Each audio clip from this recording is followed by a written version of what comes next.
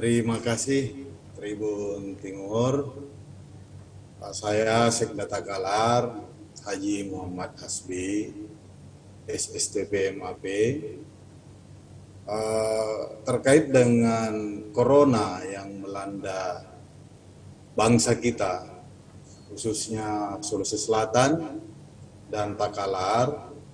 Kalau kami di Takalar ini dari awal bersepakat dengan para Forkopimda bahwa harus seimbang antara penanganan kesehatan dengan pemulihan ekonomi.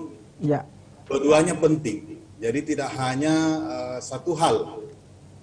Jangan sampai kita fokus ke penanganan kesehatan, kemudian mengabaikan pemulihan ekonomi nasional. Nah, ini yang menjadi konsentrasi Kabupaten Takalar, baik sebelum Takalar pernah kena zona merah, maupun pra dan pasca zona merah. Jadi kami, pemerintah Kabupaten Takalar, berkomitmen tetap mensosialisasikan dengan masif tentang pentingnya pemberlakuan protokol kesehatan di semua lini.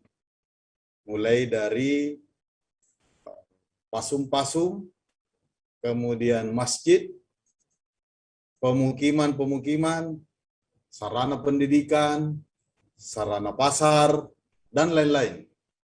Kami telah menempatkan satgas-satgas gabungan. Jadi ada keterlibatan TNI, Polri, Satpol PP, dan tim Satgas COVID yang dibentuk oleh Pemda. Nah, SDM-SDM ini yang kita siapkan, kemudian melakukan pendekatan dengan cara persuasif dan humanis. Dari pendekatan persuasif humanis itulah akhirnya masyarakat kita tetap beraktivitas, tetapi tanpa mengabaikan protokol kesehatan. Sehingga Takalar sebagai daerah yang berbatasan langsung dengan Makassar, alhamdulillah aman-aman saja sampai hari ini. Dan angka terkonfirmasi positif itu menurun drastis. Sekarang kita di zona kuning menuju hijau.